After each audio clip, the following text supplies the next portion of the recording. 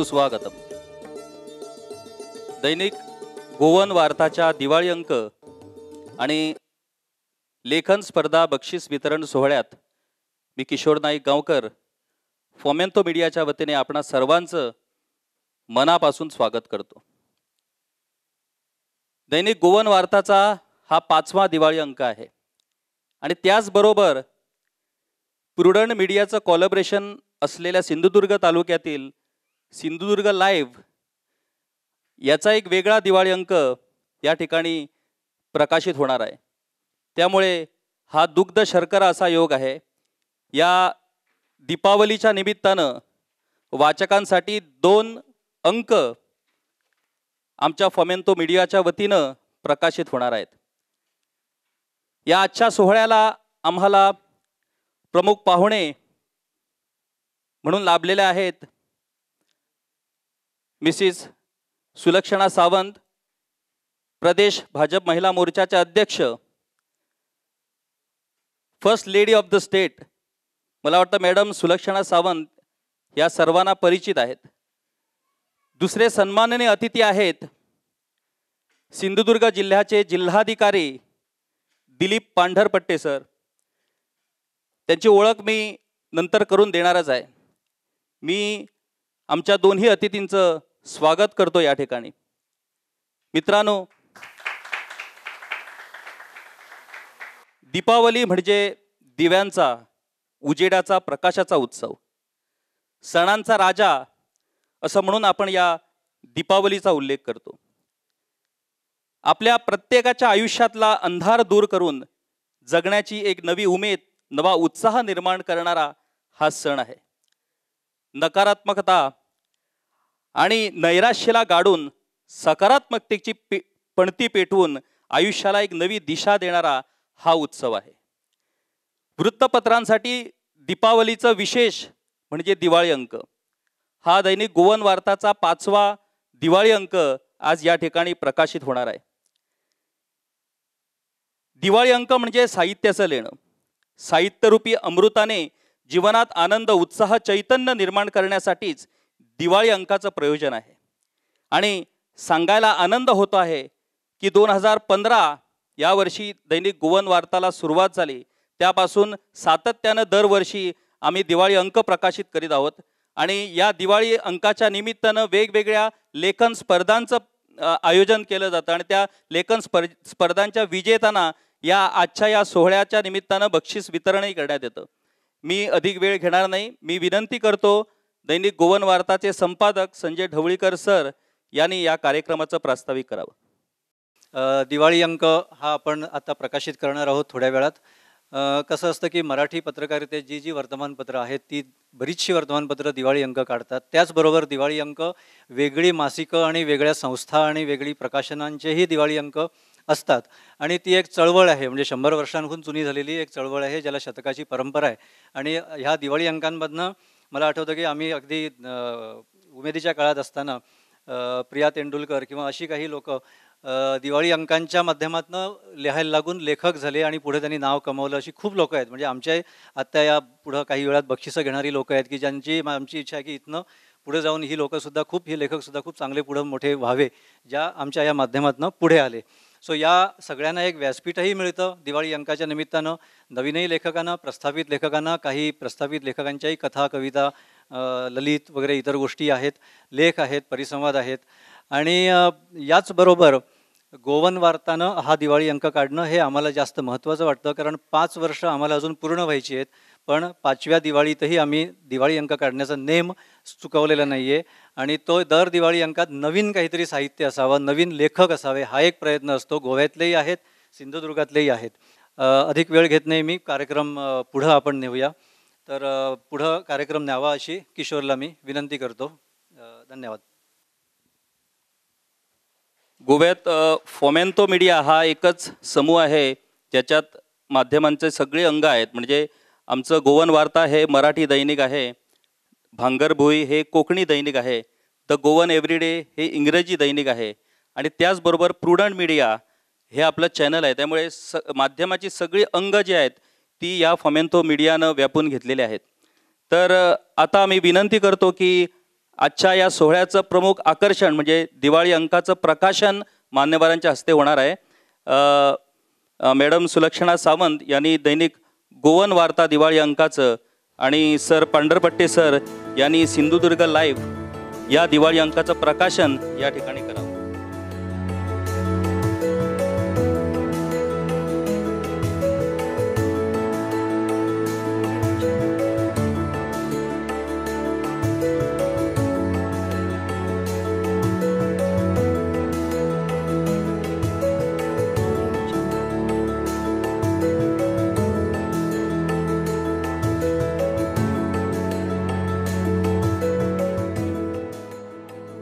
Goan वार्ता आणि Sindhudurg live या दोन्ही दिवाळी अंकांचं प्रकाशन या ठिकाणी झालेलं आहे. दरवर्षी दिवाळी अंकाच्या निमित्तानं वेगवेगळ्या स्पर्धा आम्ही आयोजित करतो आणि या स्पर्धांना दरवर्षी उत्स्फूर्त असा प्रतिसादही आम्हाला लाभतो. दरवर्षी दिवाळी अंक प्रकाशन सोहळ्यात या स्पर्धांतील विजेत्यांना बक्षीस देण्याचा कार्यक्रमही या ठिकाणी होतो. यंदाही अशाच पद्धतीचं बक्षीस वितरण या ठिकाणी होणार आहे.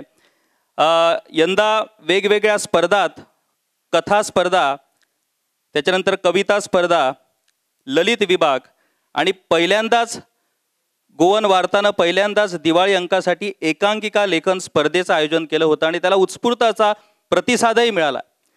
तर पहिल्यांदा मी विजेत्यांची नावं आपल्याला सांगतो. कथा विभागात प्रथम बक्षीस सर्वेश एकनाथ नाईक यांना मिळालं. दुसरं बक्षीस अंकुश परमेश्वर गाजरे. तिसरं अरुण नकुळ नाईक.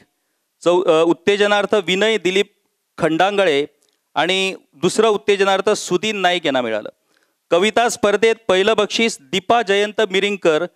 दुसरं बक्षीस आसावरी कुलकर्णी. तिसरं बक्षीस गणेश ब्रह्मदेव गायकवाड आणि उत्तेजनार्थ अतुल पंडित आणि सत्यवान पेडणेकर यांचा समावेश आहे. ललित विभागात पहिलं बक्षीस गणेश ब्रह्मदेव गायकवाड. दुसरं बक्षीस अरुण नकुळ नाईक. तिसरं श्रिया मनोहर टेंगसे. उत्तेजनार्थ अंकुश परमेश्वर गाजरे आणि संतोष काशीत. आणि एकांकिका स्पर्धेचं बक्षीस मिळालेलं आहे प्रशांती हरेश माणगावकर. या सर्व विजेत्यांचं मी अभिनंदन करतो. आजच्या या कार्यक्रमाला काही मोजकेच विजेते या ठिकाणी हजर राहिलेले आहेत आणि या ठिकाणी मान्यवरांच्या हस्ते बक्षीस वितरण होणार आहे. सर्वात प्रथम कथा विभागाचं बक्षीस वितरण होणार आहे. मी विनंती करतो मॅडम सुलक्षणा सावंत यांना की त्यांनी या विजेत्यांना बक्षीस प्रदान करावं. आपण उत्तेजनार्थापासून सुरुवात करायची. दोन्ही उत्तेजनार्थ नाही आलेत. तृतीय बक्षीस कथा विभागात अरुण नकुळ नाईक यांना मिळालेलं आहे. अरुण नाईक यांना गेल्या वर्षीच्या सुद्धा स्पर्धेत बक्षीस मिळालं होतं आणि यंदा त्यांनी पुन्हा त्यांना बक्षीस मिळालेलं आहे. अरुण नकुळ नाईक यांना कथा विभाग. अरुण नाईक यांना तृतीय बक्षीस प्राप्त झालेले आहे कथा विभागात.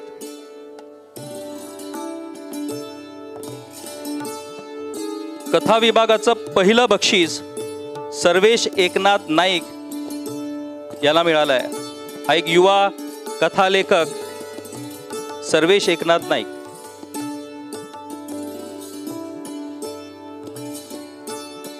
आता आपण कविता विभागाकडे वळूया. कविता विभागात प्रथम बक्षीस प्राप्त दीपा जयंत मिरिंगकर या ठिकाणी हजर आहेत. कविता स्पर्धेत दीपा जयंत मिरिंगकर यांना प्रथम बक्षीस प्राप्त झालेलं आहे. ललित विभागाचं बक्षीस आता देण्यात येणार आहे. मी विनंती करतो पांढरपट्टे सर यांना की त्यांनी विजेत्यांना बक्षिसं द्यावीत. ललित विभागात उत्तेजनार्थ बक्षीस मिळालेलं आहे संतोष काशीत यांना. संतोष काशीत हे दैनिक गोवन वार्तामध्ये नियमितपणे लेख लिहितात. इतिहास, गड यांची माहिती देणारे लेख त्यांचे प्रसिद्ध असतात. ललित विभागात तिसरं बक्षीस मिळालेलं आहे श्रिया मनोहर टेंगसे यांना. मी विनंती करतो की श्रिया यानं बक्षीस स्वीकारावं.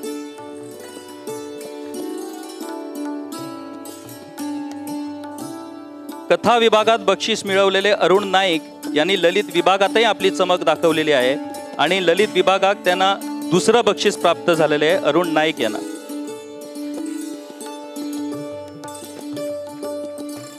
मगाशी सांगितल्याप्रमाणे यंदा गोवन वार्ताने पहिल्यांदाच एकांकिका लेखन स्पर्धा आयोजित केली होती या दिवाळी अंकाच्या निमित्तानं. आणि या एकांकिका लेखन स्पर्धेत एकमेव बक्षीस होतं आणि ते प्राप्त झालेलं आहे प्रशांती हरेश माणगावकर यांना. मी विनंती करतो की प्रशांती हिने बक्षीस स्वीकारावं.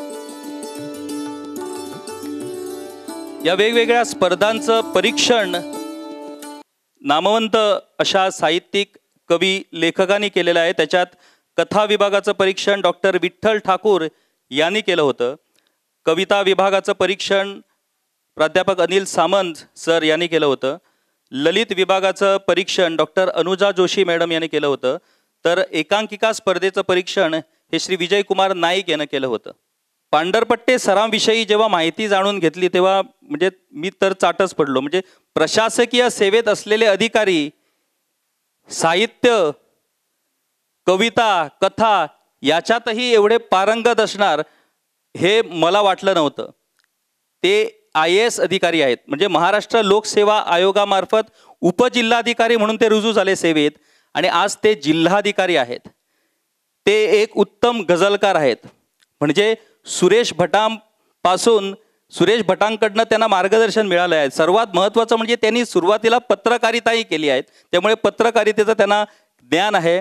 दुसरी गोष्ट, दिवाळी अंक हा काय असतो त्यांच्याबद्दल मी वाचत होतो तेव्हा मला एक गोष्ट कळली. ती म्हणजे त्यांनी सुरुवातीला एका दिवाळी अंकाला आपली गझल पाठवली होती आणि ती गझल त्यांची त्याच्यात प्रसिद्ध झाली नाही.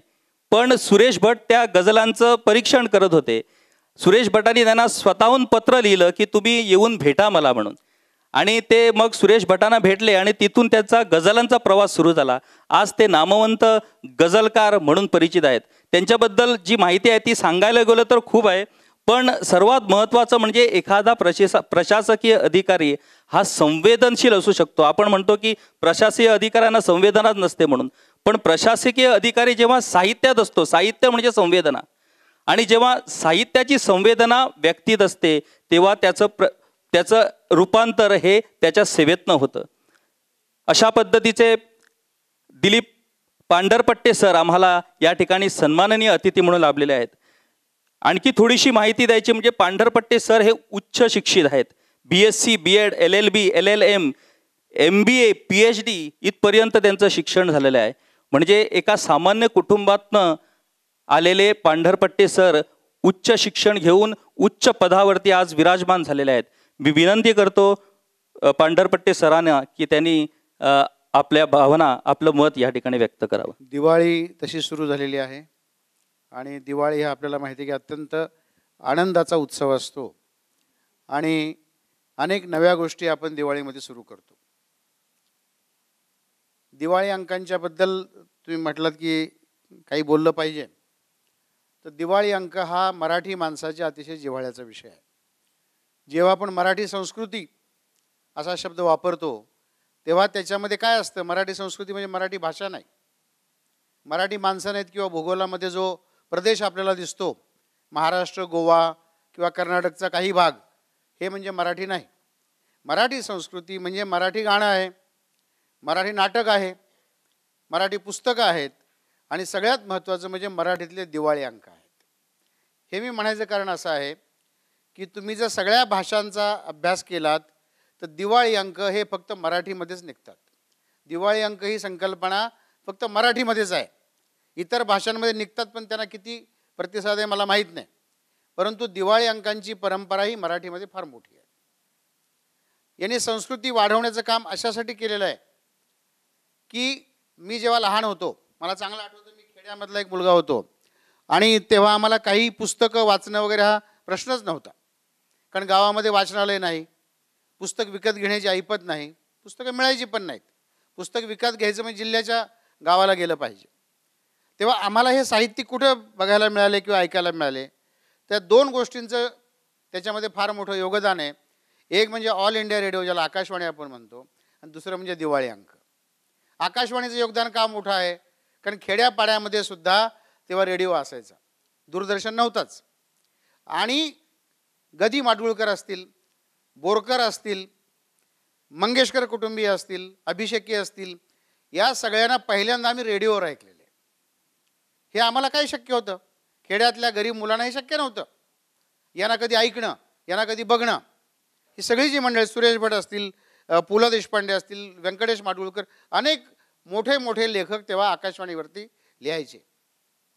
ते आकाशवाणी नोकरीला होते, पाडगावकर तर नोकरीला होते आकाशवाणीमध्ये. आणि म्हणून ही सगळी मंडळी आम्हाला माहीत झाली. दिवाळी अंकांचं सुद्धा हेच आहे की पुस्तकं, दिवाळी अंक तुम्ही एक जर हातामध्ये घेतला तर साधारणपणे तुम्हाला 20-25 चांगले दर्जेदार लेखक वाचायला एकाच ठिकाणी मिळतात. ही सुविधा कुठेही दुसरीकडे उपलब्ध नाही. अशा प्रकारे 20-25 चांगले लेखक, 20-25 चांगले कवी, 10-12 चांगले व्यंगचित्रकार. बघा, व्यंगचित्रकार सुद्धा मराठीमधले बहुतेक पुढे आले ते दिवाळी अंकांमुळे आलेले आहेत. तेव्हा हे वाचायला मिळणं आणि त्याच्यामध्ये एवढं वैविध्य असणं हे फक्त दिवाळी अंकामध्ये शक्य आहे. बाकी तुम्हाला कुठल्याही पुस्तकामध्ये हे वाचायला मिळणं फार अवघड आहे. आणि म्हणून मराठी संस्कृती वाढवण्यामध्ये दिवाळी अंकांचं योगदान हे फार मोठं आहे. मला माहिती आहे की जयवंत दळवी मला पहिल्यांदा दिवाळी अंकामुळे माहीत झाले. मी काही त्यांचं पुस्तक वाचलं नाही, नंतर वाचली मी. महानंद असेल, सारे प्रवासी घडीचे असतील. इतका मोठा लेखक मला कसा कळला, तर दिवाळी अंकामुळे कळला. मधु मंगेश कर्णिक पहिल्यांदा मला दिवाळी अंकामध्ये भेटले. पु ल देशपांडे पहिल्यांदा मला दिवाळी अंकामध्ये भेटले. तेव्हा ही संस्कृती आपण इथं जिवंत ठेवली, केवळ जिवंत नाही ठेवली तर ती वृद्धिंगत करत आहात, फार चांगली गोष्ट आहे. जो कोकणी मनुष्य आहे तो गोव्याचाही मनुष्य आहे, हा जे मिळेल त्याच्यामध्ये समाधानी आहे. आणि ही संतुष्टता फार महत्त्वाची आहे, लक्षात घ्या. म्हणून बोरकरांचं अभिषेकी जे नेहमी गाणं गातात फार सुंदर आहे ना, की नाही पुण्याची मोजणी, नाही पापाची टोचणी, आणि जिणे गंगोघाचे पाणी. किती सुंदर कल्पना आहे आयुष्याबद्दल, की पुण्याचे आम्हाला काही नाही मोजायचं नाही आणि पापाची टोचणी नाही आहे, कारण आमचं जगणं हे गंगेसारखं आहे. ही भूमिका गोव्याची पण आहे, ही भूमिका आमच्या कोकणाची सुद्धा आहे. आणि हा एक समान धागा संस्कृतीचा आपल्यामध्ये आहे, स्वभावाचा एक समान धागा आपल्यामध्ये आहे. आणि मला असं वाटतं की हा धागा हा गोवा आणि महाराष्ट्र या दोघांनाही जोडून ठेवणारा आहे. आपण फार इथे चांगला कार्यक्रम आयोजित केलात आणि मला वाटतं हा लाईव्ह आहे, त्यामुळे वेळेचं बंधन पाळणं आवश्यक आहे. कारण ऐकणारे, बघणारे पुष्कळ लोक आहेत. जरी तुम्ही काही लोक आमच्यासमोर आहात, 100-150, तरीसुद्धा हा कार्यक्रम अनेक लोक बघत आहेत. तेव्हा मला असं वाटतं की मी आपल्याला खरोखर धन्यवाद देऊ इच्छितो. आपण दिवाळी अंकच नाही केवळ, तर दिवाळी अंकाच्या निमित्ताने मराठी संस्कृती किंवा कोकणी संस्कृती पण मी म्हणेल ही पुढे नेण्याचा अत्यंत प्रामाणिक प्रयत्न करत आहात. माझ्या आपणा सर्वांना मनपूर्वक शुभेच्छा, दिवाळीच्या शुभेच्छा. धन्यवाद. ते पांढरपट्टे सर जिल्हाधिकारी आहेत, म्हणजे बोलताना आपल्याला त्याचा विसर पडतो. म्हणजे ते साहित्य रुची आणि समाजाबद्दलची संवेदना त्यांची किती संवेदनशीलता आहे ते त्यांच्या भाषणात आताच आम्हाला ऐकायला मिळालं. कारण प्रशासकीय अधिकारी यांची बोलण्याची एक वेगळी पद्धत असते, ते प्रशासकीय पद्धतीनं बोलत असतात. पण ज्या पद्धतीनं पांढरपट्टे सरांनी आपले विचार या ठिकाणी मांडलेत त्यावरून त्यांचा आणि साहित्याचा संबंध किती दृढ आहे हे निश्चित झालंय. दिवाळी अंकासाठी ज्या वेगवेगळ्या स्पर्धा आपण घेतो त्या स्पर्धेचं परीक्षण करणं हे मोठं आव्हानाचं काम असतं. कारण ठराविक वेळेत वेगवेगळ्या स्पर्धकांच्या कथा, कविता, ललित, एकांकिका या वाचून त्यांचं परीक्षण करून त्यांची क्रमवारी ठरवणं हे तसं खूप कठीण काम असतं. आणि ते काम आमच्यासाठी दरवर्षी पद्धतीनं आम्ही जे परीक्षक नेमतो ते परीक्षक मंडळी करीत असतात. आजच्या या कार्यक्रमाच्या ठिकाणी 2 परीक्षक या ठिकाणी उपस्थित आहेत, प्राध्यापक अनिल सामंत सर आणि डॉक्टर अनुजा जोशी. या परीक्षक मंडळींचं गौरव या ठिकाणी, सन्मान या ठिकाणी करण्यात येणार आहेत. सर्वात प्रथम अनिल सामंत सरांना मी विनंती करतो. अनिल सामंत सर हे गोवा मराठी अकादमीचे अध्यक्ष आहेत, एक कवी आहेत आणि नामांकित वक्ते आहेत. सर्वात महत्त्वाचं म्हणजे माझे ते सर आहेत. त्यांच्यामुळेच कला अकादमीच्या रंगमंचावर पहिल्यांदा पाय ठेवायची मला संधी मिळाली. मी अनिल सामंत सरांना विनंती करतो की त्यांनी या ठिकाणी, मी पांढरपट्टे सरांना विनंती करतो की त्यांनी आमचे परीक्षक अनिल सामंत सर यांचा सन्मान करावा. आमचे दुसरे परीक्षक डॉक्टर अनुजा जोशी, ज्या व्यवसायाने डॉक्टर आहेत पण डॉक्टरकी करतानाच त्या शब्दांच्याही डॉक्टर आहेत. एक नामवंत कवी आणि लेखिका त्या आहेत. मी विनंती करतो मॅडम सुलक्षणा सावंत यांनी डॉक्टर अनुजा जोशी यांचा सन्मान या ठिकाणी करावा.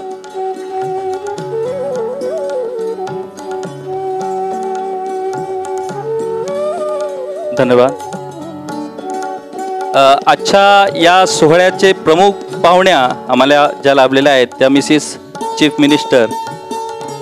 मिनिस्टर एवढ्यापुरतीच त्यांची ओळख नाही आहे. सर्व म्हणजे मिसेस चीफ मिनिस्टर ही ओळख एक वेगळी ओळख, पण त्याचबरोबर त्यांची स्वतःची एक ओळख आहे. त्या भाजपाच्या महिला मोर्चाच्या अध्यक्ष आहेत. म्हणजे सामान्य पक्षासाठी सामान्य कार्यकर्ता म्हणून काम करून आज त्यांनी हे पद मिळवलेलं आहे. कुणाच्या फेवरमुळे किंवा मिसेस चीफ मिनिस्टर आहेत म्हणून त्यांना हे पद मिळालेले नाही. त्यांच्या स्वतःच्या कर्तृत्वावर हे पद त्यांना मिळालेले आहे. एक संवेदनशील व्यक्तिमत्व असं मॅडम सुलक्षणा सावंत आहेत. मी विनंती करतो मॅडमना की त्यांनी या ठिकाणी आपले विचार व्यक्त करावेत. मला त्यांनी जर म्हटलं हा दुग्ध शर्करा योग आहे, माझ्यासाठी दुग्ध शर्करा योग असं अशासाठी म्हणेन की धनत्रयोदशी आहे आणि साहित्यप्रेमी जे साहित्याने श्रीमंत आहेत आणि त्यांच्याबरोबर मी आज आहे, म्हणून मला आजचा हा धनत्रयोदशीचा आणि गोवन वार्ताच्या ह्या दिवाळी अंकाचं प्रकाशन म्हणजे मला दुग्ध शर्करा योग असा वाटतो. दिवाळी अंकाच्या आजच्या ह्या प्रकाशनाच्या सोहळ्याला बहुतेक दिवाळी अंकाचं महत्त्व हे आपल्याला बऱ्या प्रकारे पांढरपट्टेजी सरांनी सांगितलेलंच आहे. पण तरीसुद्धा मला असं वाटतं की मराठी माणसासाठी, आता मराठी माणूस म्हणजे अगदी याच्यामध्ये कन्फ्युजन करून घेऊ नका. आता म्हणजे असं म्हणू शकेन मी मराठी प्रेमी असू शकतो, तो मराठी साहित्यिक असू शकतो किंवा मराठी भाषिक असू शकतो. सो अशा मराठी माणसासाठी म्हणजे फराळ म्हटलं, दिवाळीचे कपडे म्हटले आणि फटाके म्हटले आणि त्याच्याबरोबर जर येतो तो म्हणजे दिवाळीचा अंक. तो जर दिवाळीचा अंक झाला नाही तर म्हणजे दिवाळी कुठेतरी अर्धवट असल्यासारखी वाटते. म्हणजे ह्या सगळ्यांबरोबर दिवाळी अंक हा असायलाच हवा. आता प्रत्येक गोष्ट जेव्हा आपण काहीतरी करतो त्याच्या पाठीमागे काहीतरी ऑब्जेक्टिव्ह हे असताच, काहीतरी ध्येय आपलं असतंच. आणि मला वाटतं की अशा तऱ्हेच्या दिवाळी अंकाचं प्रकाशन करणं किंवा दिवाळी अंक स्वतः पब्लिश करणं हे ह्याच्यामध्ये काही ऑब्जेक्टिव्स ठरवत असताना मी असं म्हणेन की लेखकांना वाव देणं, वाचकांना सुद्धा वाव देणं. कारण की जेव्हा आम्ही लिहितो कुणीतरी ते वाचणार, म्हणजे लेखकांनाही वाव मिळतो, वाचकांनाही वाव मिळतो. आपण कुठेतरी आपले विचार मांडू शकतो आणि त्याचबरोबर आपल्याला भाषेचं जतन आणि संवर्धनही करता येतं. मला वाटतं त्याचसाठी अशा तऱ्हेचे दिवाळी अंक असायला हवे. मी जेव्हा असंच म्हणजे मोठा काही माझा अभ्यास नाही, पण जेव्हा मी याच्याबद्दल थोडासा अभ्यास करत होते तेव्हा मला असं कळालं की रत्नागिरी इथे एक जनसेवा ग्रंथालय आहे आणि हे रत्नागिरीतलं जनसेवा जे ग्रंथालय आहे ते गेल्या म्हणजे आताचं त्यांचं 19वे वर्ष असेल. ते हस्तलिखित दीपावळीचा अंक काढतात.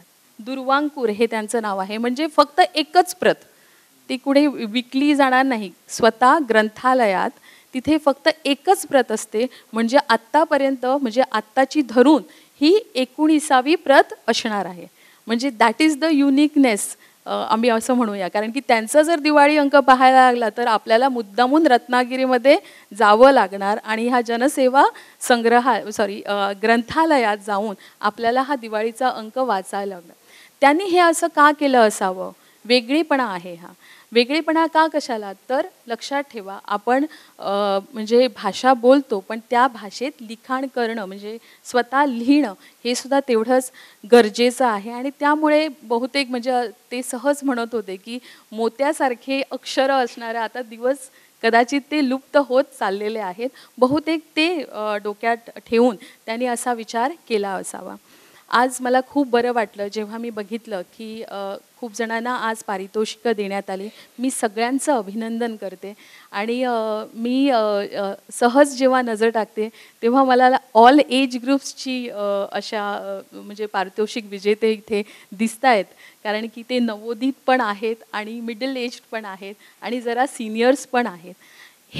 हे असं दाखवून देतं की कुठेतरी आपण पण त्यांना प्रोत्साहन देतोय की पुढे यावं त्यांनी आणि चांगलं लिखाण करावं. आणि बहुतेक गोवन वार्ताने हे चांगल्या प्रकारचा विषय पुढे नेलेला आहे. मला खूप बरं वाटलं की ह्या क्षणी मी इकडे आले आणि माझे 4 शब्द तुम्ही ऐकले. आज खास करून एका मीडिया हाऊसकडून मला इथे बोलवणं आलं. पत्रकारिता म्हटलं म्हणजे मला खूप बरं वाटलं की गोवन वार्ता, द गोवन आणि भांगरभुई, म्हणजे भांगरभुई हे 3 वर्षाचं बाळ आहे आणि बाकीची सगळीजणं ही 4 वर्षाची बाळं आहे. तर बाल्य अवस्थात असताना सुद्धा त्यांनी एवढा मोठा पल्ला गाठलेला आहे आणि जी निर्भीड आणि निपक्षपाती तुम्ही आतापर्यंत जी पत्रकारिता केली आहे ही अशीच पुढे म्हणजे पुढे जाओ.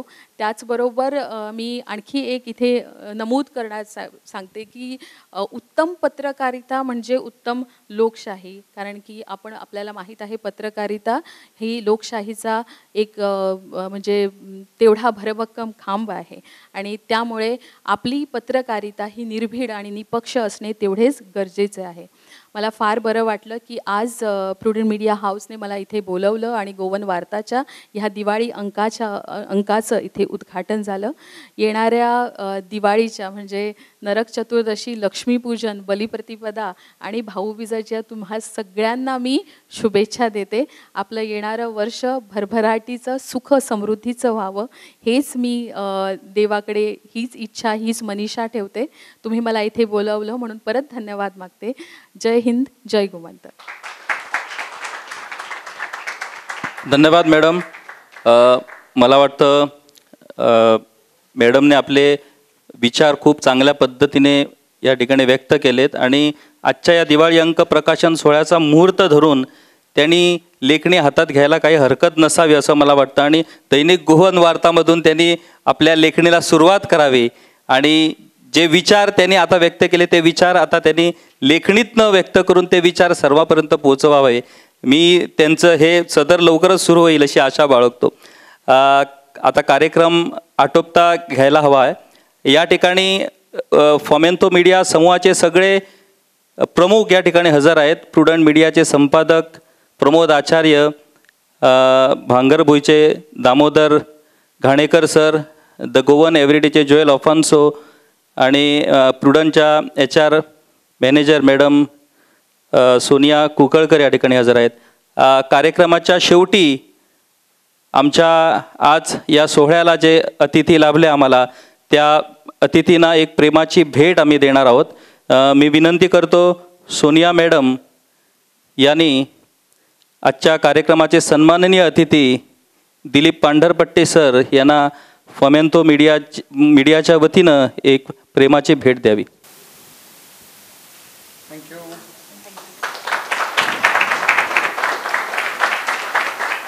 आजच्या कार्यक्रमाच्या प्रमुख पाहुण्या मॅडम सुलक्षणा सावंत यांना फॉमेंतो मीडियाच्या वतीनं प्रेमाची भेट देणार आहेत. गोवन वार्ताचे संपादक संजय ढवळीकर सर, मी विनंती करतो ढवळीकर सरांनी ही भेटवस्तू द्यावी.